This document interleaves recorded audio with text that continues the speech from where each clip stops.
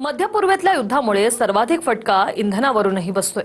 महाराष्ट्रातही घरगुती गॅस सिलेंडरवर परिणाम दिसतोय आणि सिलेंडरसाठी रांगाच्या रांगा वेगवेगळ्या शहरांमध्ये लागल्या। तर एस्मा कायदा लागू झाला असून साठेबाजीवरही सरकारची नजर आहे। पाहूया। अभी तक सिलेंडर नहीं मिला, गैस बुकिंग नहीं हो रहा बोल रहा है और गर्दी ज़्यादा हो रहा है। 2-3 दिवसापासून आम्ही हंडी मागतोय, पण त्यांनी या ठिकाणी बघून शकता तुम्ही गोडाऊनला सगळी किती गर्दी केली लोकांनी। युद्धाचा थेट परिणाम गॅस सिलेंडरवर झालाय। महाराष्ट्रात ठिकठिकाणी घरगुती सिलेंडरसाठी रांगा लागल्यात। तर इंधन टंचाईवरून आता केंद्र सरकारनं एस्मा कायदा लागू केलाय। त्यामुळे अतिरिक्त साठवणुकीवर प्रतिबंध घालण्यात आलेत आणि काळा बाजार करण्यावरही सरकारची नजर असणार आहे। एस्मा कायदा 1968 मध्ये करण्यात आला। आपत्कालीन काळात आवश्यक सेवांचा सुरळीत पुरवठा ठेवणं हा एस्माचा उद्देश आहे। दैनंदिन वापरात लागणाऱ्या गोष्टी आणि सेवांचा एस्मा कायद्याच्या कार्यकक्षेत समावेश होतो। स्वच्छता, जलपुरवठा, रुग्णालय, राष्ट्रीय सुरक्षेच्या संबंधित सेवा एस्मा कायद्याच्या कक्षेत येतात। पेट्रोलियम, कोळसा, वीज, पोलाद वितरणाशी निगडीतल्या संस्था, कंपन्या या कायद्याच्या कक्षेत येतात। संप काळात कामगारांना पुन्हा कामावर रुजू करण्यासाठी या कायद्याचा वापर केला जातो। सर्व जिल्हाधिकारी ॲक्शन मोडमध्ये आहे। कुणी साठेबाजी करू नये,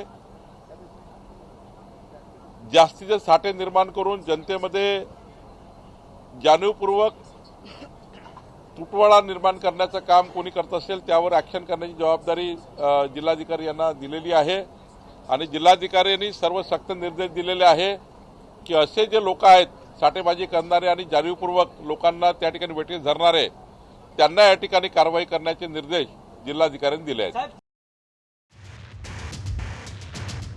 छत्रपती संभाजीनगरमध्ये घरगुती गॅस सिलेंडरसाठी मोठ्या रांगा लागल्यात। वाळूज MIDC भागात भारत गॅस एजन्सीच्या समोर नागरिकांनी सकाळपासूनच रांगा लावल्यात। 3 दिवसापूर्वी बुकिंग केलेली, त्यांना पुन्हा मेसेज दाखवला, व्हॉट्सअपचा मेसेज दाखवला, तरी पण ते परत OTP व्हेरिफिकेशन करायला येतं आणि त्याच्यामुळे वेळ लागायला एवढा येतं। अभी तक सिलेंडर नहीं मिला, गैस बुकिंग नहीं हो रहा बोल रहा है और गर्दी ज़्यादा हो रहा है। 9 वाजेपासून अजून नंबर नाही लागला। कालपासून बुकिंग केलंय गॅस। ही दृश्य जळगावच्या शिवाजीनगर भागातली आहे। गॅस गोडाऊनच्या बाहेर रिकामे सिलेंडर घेऊन ग्राहकांनी गर्दी केली आहे। 3 ते 4 दिवसांपासून सिलेंडर मिळत नाही या नागरिकांच्या तक्रारी आहेत। वरतून ते बुकिंग सिस्टमच बंद करून टाकलेलं आहे। दाखवा आणि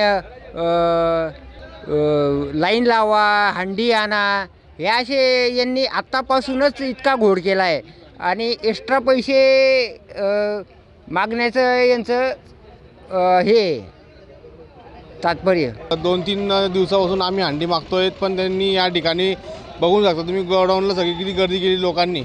हंड्या खूप कमी आहेत, लवकर मिळावी मागणी आहे। पुण्याच्या शिरूर तालुक्याची ही परिस्थिती अशीच आहे। 20 ते 25 दिवसांच्या अंतरानं सिलेंडर मिळणार असं नागरिकांना सांगितलं जातंय। रिकामे सिलेंडर घेऊन शिरूरमध्येही नागरिक रांगा लावतायत। व्यावसायिक सिलेंडर बऱ्याच ठिकाणी बंद करण्यात आले आहेत। फडणवीस सरकारनंही घरगुती सिलेंडरलाच प्राधान्य देण्याचा निर्णय घेतलाय। तसंच रॉकेलही उपलब्ध करून दिलं जाईल असं अन्न नागरी पुरवठा मंत्री छगन भुजबळ म्हणाले। घर में जो इस्तेमाल करते हैं गैस, इसके ऊपर ही पूरा ध्यान देना चाहिए, ऐसा वर्डिंग है। तो उनका यही कहना था कि सब बंद हो जाएगा, तकलीफ आपकी होगी। तो बोले मैं ठीक है बात करता हूँ, कुछ निकलेगा मुझे लग रहा है। मगर जो ये केरोसिन है, ये अगर यूज करते हैं तो केरोसिन दे देवे। नागपूरमध्ये जिल्हा प्रशासनाकडून विशेष पथकाची नियुक्ती करण्यात आली आहे। नागपूरमधल्या वेगवेगळ्या हॉटेल्सला भेटी देऊन सिलेंडरची स्थिती नेमकी काय आहे याची पाहणी केली जातेय। क्षमतेपेक्षा अधिक साठवणूक केली जातेय का याची पाहणी अधिकाऱ्यांकडून सुरू आहे। Bureau report, TV9 Marathi.